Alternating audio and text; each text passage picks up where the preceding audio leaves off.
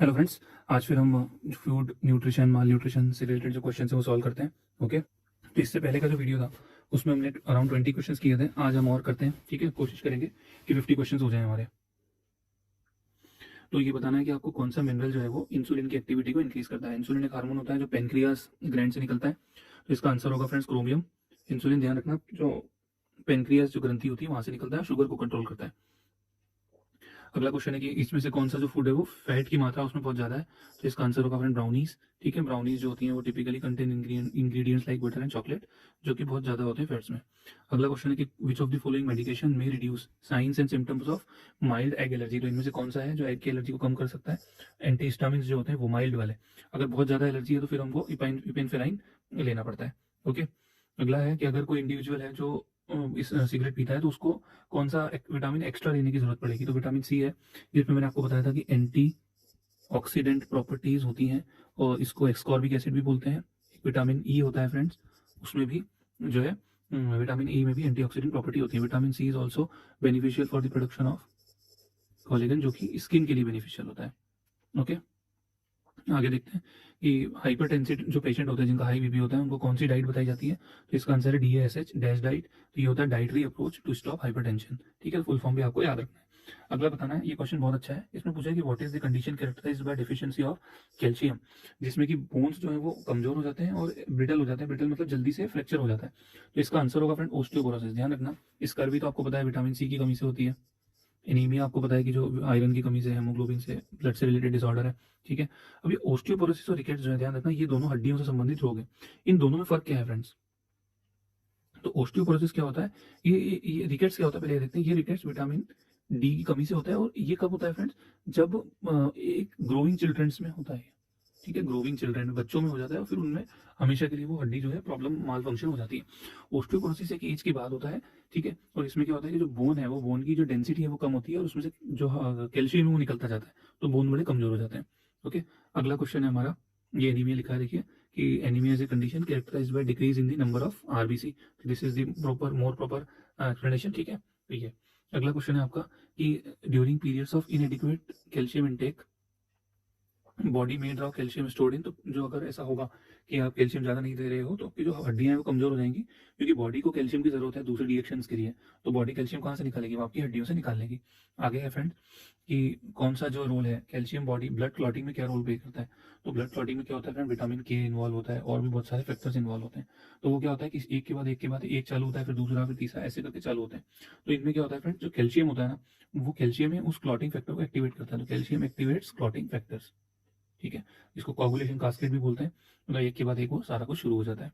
अगला है कि which vitamin is not able to be produce by the body. तो ध्यान रखना है A, D, B ये सारे ही जो विटामिन है ना फ्रेंड्स, ये बॉडी नहीं बनाती, ये हमको बाहर से लेने पड़ते हैं। ओके, तो एग्जांपल्स ऑफ इसको इनको इसेंशियल विटामिन बोलते हैं, बिकॉज इन बॉडी ये खुद नहीं बनाती।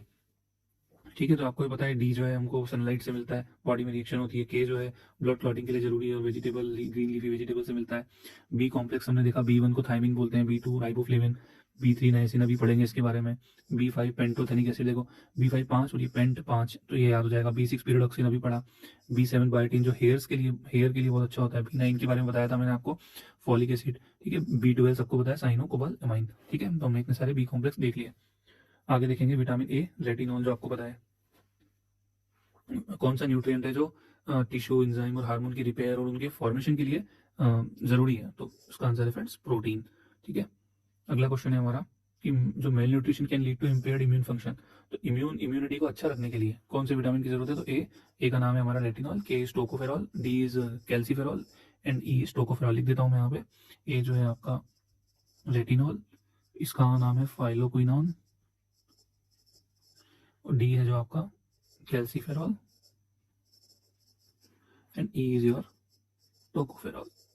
ठीक है, फाइलोक्विनोन है। हाँ, आगे देखते हैं फ्रेंड्स, जो पेलेग्राइड कंडीशन है वो कौन सी विटामिन की कमी से होती है। तो उसका आंसर है फ्रेंड विटामिन B3 नियासिन। ठीक है, तो इसमें ध्यान रखना है B3 एक शॉर्ट ट्री भी बन जाएगी। जो पेलेग्रा बीमारी होती है इसमें 3D हो जाता है। कौन कौन से ट्री हो जाते हैं देखते हैं। तो ये फ्रेंड डर्माटाइटिस, ये आपका हो जाता है डर्माटाइटिस, स्किन की बीमारी, डायरिया और डाइजेशन में प्रॉब्लम और डिमेंशिया, मेमोरी जाने लग जाती है। ठीक है, तो ये है। अच्छा, डायरिया, डायमेंशिया, मेमोरी लॉस ये बता दिया मैंने आपको। क्वेश्चन जो है वो माल न्यूट्रिशन जो है डिजीज है वो किसकी कमी से होती है। तो प्रोटीन की डेफिशिएंसी से कमी की से हो जाती है। अगला है कि जो मरासमस है वो एक मॉल न्यूट्रिशन है, वो किससे होता है तो ध्यान रखना, आप लगेगा प्रोटीन डेफिशिएंसी लगाएं, बट अगर आप सारे जो मोस्ट करेक्ट ऑप्शन देखेंगे तो वो है सीवियर कैलोरी रिस्ट्रिक्शन। ठीक है, वो जो क्वेश्चन करे वो प्रोटीन की कमी से होता है, मेरे इसमें जो है मतलब हर फूड में कैलोरी होती है, तो सीवियर कैलोरी की जो कमी हो जाती है, बहुत ज़्यादा खाने की कमी, उससे हो जाती है।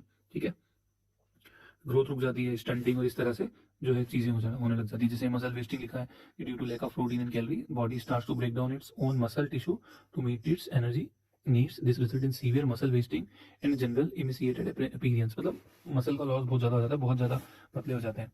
ठीक है, अगला क्वेश्चन है कि ये the type of malnutrition when the body consume more nutrient than is necessary for optimal growth, मतलब ज़्यादा हम खाने लग जाएं तो उसका आंसर है friend overtake of nutrient, B is the answer.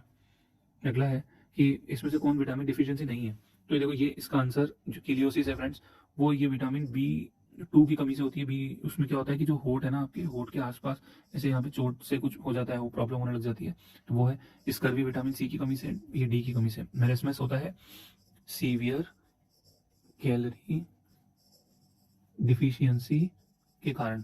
ठीक है फ्रेंड्स, अगला है हमारा कि ये जो बनारसी है, कृष्णा, कंचन, ये किसकी वैरायटी है, ये आंवला की वैरायटी है फ्रेंड्स।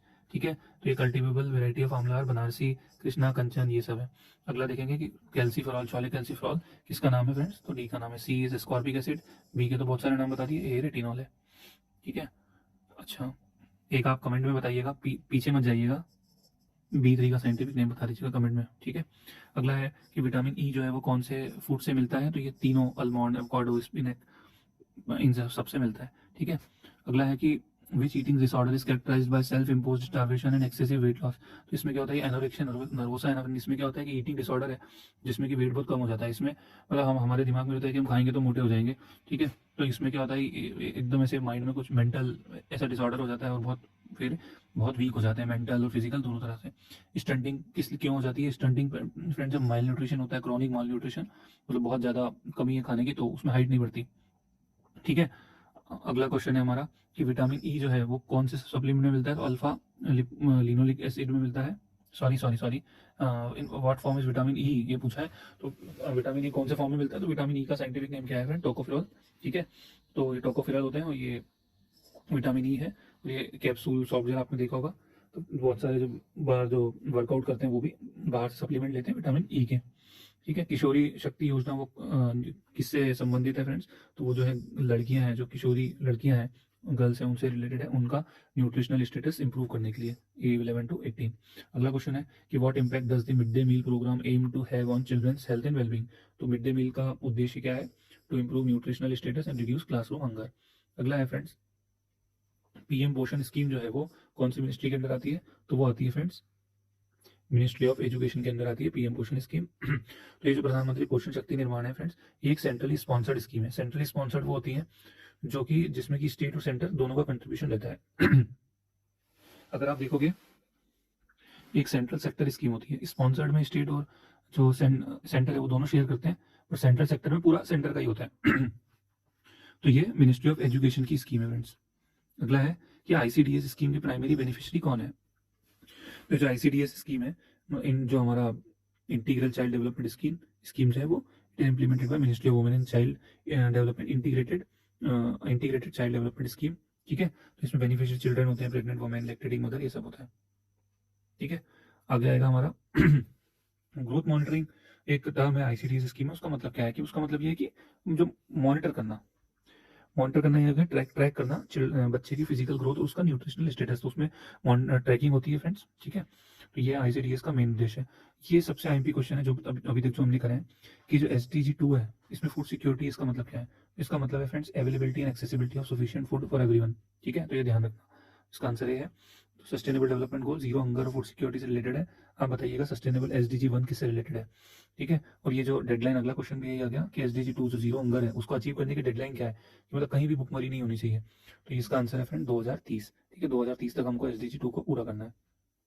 अगला है, ये भी बहुत आईएमपी है, नेक्स्ट टाइम भी कह सकते हो कि what is the term for fats that are solid at room temperature and are often found in animal product and some tropical oil. तो ध्यान रखना फ्रेंड्स, फैट्स के प्रकार होते हैं, एक होता है सेचुरेटेड फैट, एक होता है अनसेचुरेटेड फैट्स, ठीक है। तो ये जो सेचुरेटेड फैट होता है थोड़ा हानिकारक होता है, ये क्या होता है, जनरली सॉलिड होता है रूम टेम्परेचर पे, ठीक है। तो ये सेचुरेटेड फैट है, they are typically solid at room temperature and commonly found in animal product like meat, dairy and certain tropical oil.